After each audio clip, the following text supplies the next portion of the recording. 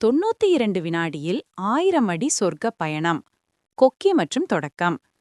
92 வினாடியில 1000 அடி உயரத்துக்கு ஒரு சொர்க்க பயணத்துக்கு நீங்க தயாரா? உங்க கண் முன்னாடி தெரியறது ஏதோ கற்பனை உலகம்னு நினைக்காதீங்க. இது நிஜ உலகம். சீனாவின் வானுயர்ந்த மலைகளுக்கு நடுவுல ஒரு செங்குத்தான பாறையின் மீது கட்டப்பட்ட ஒரு பிரம்மாண்டமான கண்ணாடி லிஃப்ட். இது மனுஷனோட அசாத்திய திறமைக்கு ஒரு மாபெரும் சான்று.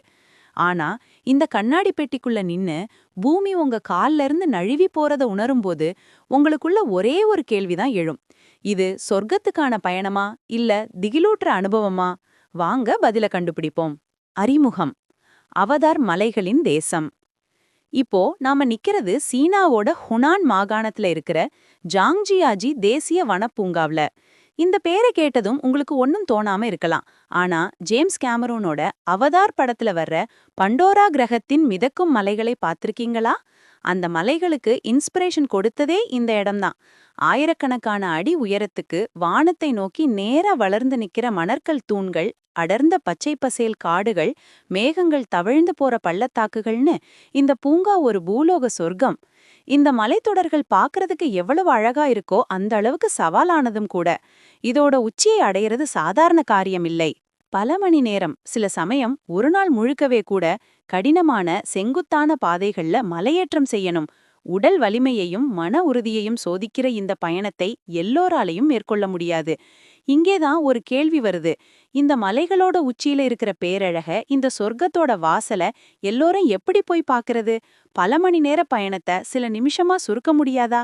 இந்த கேள்விக்கு மனுஷனோட இன்ஜினியரிங் அறிவு கொடுத்த பதில்தான் நாம பார்க்க போற அந்த அற்புதம். பைலாங் லிஃப்ட். சீன மொழியில பைலாங்னா 100 டிராகன்கள்னு அர்த்தம். செங்குத்தான பாறையின் மீது 100 டிராகன்கள் வானத்தை நோக்கி ஏறி செல்வது போல கட்டப்பட்டதுதான் இந்த பெயர். இது வெறும் லிஃப்ட் இல்ல, பல மணி நேர பயணத்தை வெறும் 92 வினாடிகளா மாத்தின ஒரு டைம் மெஷின். பகுதி 1. பொறியியல் அற்புதம். ஒரு மலையையே குடைஞ்சு அது மேல ஒரு லிஃப்ட கட்டுறதுங்கிறது கேட்க ஈஸியா இருக்கலாம். ஆனா அதுக்கு பின்னாடி இருக்கிற உழைப்பும் இன்ஜினியரிங் நுணுக்கமும் நம்மளை மலைக்க வைக்கும். 1999ஆம் ஆண்டு கிட்டத்தட்ட $20 மில்லியன் செலவுல இதோட கட்டுமானம் தொடங்குச்சு. யுனெஸ்கோ உலக பாரம்பரிய தலமா அறிவிக்கப்பட்ட ஒரு இடத்துல இயற்கையோட இதயத்துல இப்படி ஒரு பிரம்மாண்டமான இரும்பு கூண்டை கட்டுவதான பெரிய சர்ச்சையே கிளம்புச்சு. இது இயற்கையோட அழக சிதைச்சிடும்னு சுற்றுச்சூழல் ஆர்வலர்கள் குரல் கொடுத்தாங்க. ஆனா இதுக்கு எதிர்வாதங்களும் வைக்கப்பட்டுச்சு. இந்த லிஃப்ட் இருக்கிறதால மலையேற்ற பாதைகள்ல ஏற்படுற மனித நடமாட்டம் குறையும். சுற்றுலா பயணிகள் ஒரே நாள்ல மலை உச்சிக்கு போய் திரும்ப முடியுங்கிறதால மலை உச்சியில தங்குமிடங்கள் கட்டுறது தவிர்க்கப்படும். இது இயற்கையை பாதுகாக்கவே உதவும்னு வாதிடப்பட்டது. இந்த விவாதங்களுக்கு நடுவுல கட்டுமானம் தொடர்ந்தது. ஜெர்மனியை சேர்ந்த ஒரு நிறுவனம் இதோட முக்கிய பாகங்களை வடிவமைச்சது. ரொம்பவே கடினமான குவார்ட்ஸ் மணற்கல் பாறைகளை துளைத்து சுரங்கங்கள் அமைக்கப்பட்டுச்சு.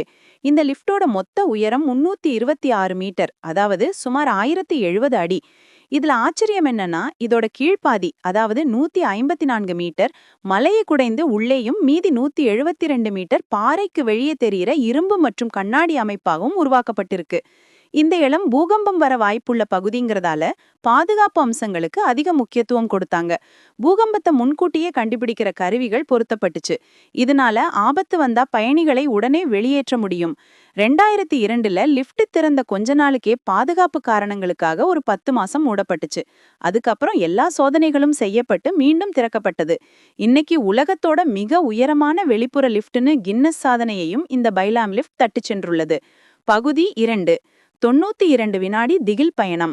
சரி, இப்போ அந்த அனுபவத்துக்குள்ள போலாம். லிஃப்ட நோக்கி போகும்போதே அதோட பிரம்மாண்டம் நம்மள ஆச்சரியப்பட வைக்குது. செங்குத்தான பாறையில ஒரு ராட்சத சிலந்தி ஒட்டிக்கிட்டு இருக்கிற மாதிரி 3 கண்ணாடி பெட்டிகள் மேலும் கீழும் போயிட்டு வருது. பீக் சீசன்ல இந்த லிஃப்ட்ல பயணிக்க 1 மணி நேரத்துக்கு மேல வரிசையில நிக்க வேண்டியிருக்கும்.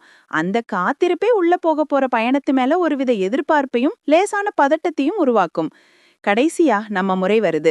நாம காலடி எடுத்து வைக்கிறது ஒரு சாதாரண லிஃப்ட்டுக்குள்ள இல்ல. அது 2 அடுக்குகள் கொண்ட ஒரு கண்ணாடி மாளிகை. ஒரே நேரத்துல கிட்டத்தட்ட 50 பயணிகளை இது சுமந்துட்டு போகும். உள்ள போய் பாறையை ஒட்டின பின்பக்கம் தவிர மத்த 3 பக்கமும் முழுசா கண்ணாடியால மூடி இருக்கிறத பார்க்கும்போது இதய துடிப்பு லேசா அதிகமாகுது. முன்னாடி இருக்கிற கண்ணாடி வழியா பள்ளத்தாக்கோட ஆழம் தெரியுது. கதவுகள் மெதுவா மூடுது. ஒரு நொடி அமைதி. அப்புறம் ஒரு மெல்லிய அதிர்வோட லிஃப்ட் நகர தொடங்குது. முதல் சில வினாடிகள் நம்ம மலையோட உள்ள தோண்டப்பட்ட சுரங்கப்பாதைக்குள்ள பயணிக்கிறோம்.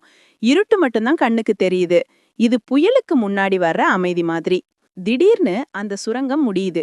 ஒரு நொடியில லிஃப்ட் பாறைய விட்டு வெளியேறி வானத்துல பயணிக்க ஆரம்பிக்குது. அந்த நொடிய வார்த்தையால விவரிக்கவே முடியாது.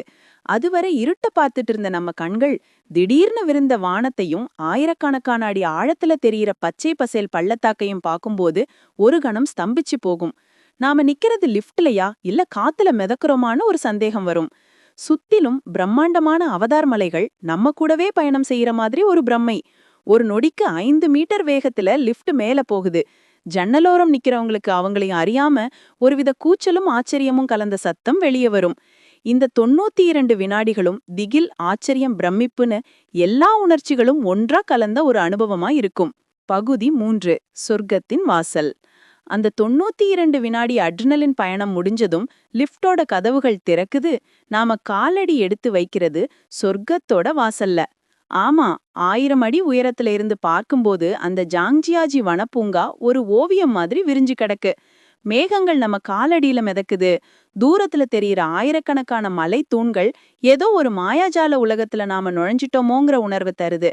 கீழிருந்து பார்த்த அதே மலைகள் இப்போ வேற ஒரு கோணத்துல இன்னும் பிரம்மாண்டமா தெரியுது. பல மணி நேரம் கஷ்டப்பட்டு மலையேறி வந்திருந்தா கிடைக்கிற களைப்பு இங்க இல்ல. அதுக்கு பதிலா சில நிமிஷங்கள்ல சொர்க்கத்தை அடைஞ்சிட்ட ஒரு புத்துணர்ச்சி இருக்கு. இந்த லிஃப்ட் மட்டும் இல்லைன்னா இந்த அழகை இத்தனை பேரால ரசிச்சிருக்க முடியுமாங்கிறது சந்தேகம்தான். இது சுற்றுலா பயணிகளோட நேரத்தை மிச்சப்படுத்துறது மட்டும் இல்லாம கடினமான மலையேற்றத்தை விரும்பாதவர்களுக்கும் இந்த அற்புதத்தை காண ஒரு வாய்ப்பை கொடுக்குது. இந்த லிஃப்டோட வருகையால இந்த பூங்காவோட சூழலியல் பாதுகாக்கப்பட்டிருக்குன்னு சொல்லலாம். முன்னெல்லாம் சுற்றுலா பயணிகள் மலை உச்சியில இருக்கிற ஹோட்டல்கள்ல தங்க வேண்டியிருந்தது. ஆனா இப்போ இந்த லிஃப்ட் மூலமா ஒரே நாள்ல பூங்காவை சுத்தி பார்க்க முடியறதால மலை உச்சியில புதுசா கட்டுமானங்கள் குறைஞ்சு இயற்கை அதோட இயல்புல பாதுகாக்கப்படுது. 1 மணி நேரத்துக்கு 4000 பயணிகளை ஏற்றி இறக்கும் திறன் கொண்டது இந்த லிஃப்ட். இது ஒரு பக்கம் நம்மளை வியக்க வைச்சாலும் இன்னொரு பக்கம் இவ்வளவு பெரிய மக்கள் கூட்டம் இந்த மென்மையான சூழலை பாதிக்குமோங்கிற கேள்வியையும் எழுப்புது. முடிவுரை மற்றும் அழைப்பு. பைலாங் லிஃப்ட்ங்கிறது வெறும் ஒரு போக்குவரத்து சாதனம் மட்டும் இல்ல. அது மனுஷனோட கனவு, தைரியம் மற்றும் தொழில்நுட்பத்தோட அடையாளம். இயற்கையை ஜெயிக்க மனுஷன் எடுத்த முயற்சின்னு சிலர் பார்த்தாலும் இயற்கையோட பிரம்மாண்டத்தை எல்லோரும் ரசிக்க மனுஷன் செஞ்ச ஏற்பாடுனே இதை பார்க்க தோணுது. அந்த 92 வினாடி பயணம் சிலருக்கு நெஞ்ச உறைய வைக்கிற திகில் பயணமா இருக்கலாம். சிலருக்கு வாழ்க்கையில மறக்க முடியாத ஒரு பரவச அனுபவமா இருக்கலாம். ஆனா ஒண்ணு மட்டும் உறுதி, அந்த பயணத்தோட கடைசியில நீங்க பாக்குற காட்சி உங்க மனசுல எப்பவும் நீங்காத இடம் பிடிக்கும். இப்ப நீங்க சொல்லுங்க, இந்த 100 டிராகன்கள் லிஃப்ட்ல பயணிக்க உங்களுக்கு தைரியம் இருக்கா? இது மாதிரி பயணங்கள்ல உங்களுக்கு ஆர்வம் இருக்கா? உங்க பதில மறக்காம கமெண்ட்ல சொல்லுங்க. மேலும் இது போன்ற சுவாரஸ்யமான வீடியோக்களுக்கு எங்க சேனலுக்கு சப்ஸ்கிரைப் பண்ணுங்க. மொத்தத்துல அந்த அனுபவம் சொர்க்க பயணமா அல்லது திகில் பயணமாங்கிறது அங்க போய் அனுபவிச்சு பார்த்தாதான் தெரியும். அந்த முடிவை உங்ககிட்டயே விட்டுடுறோம்.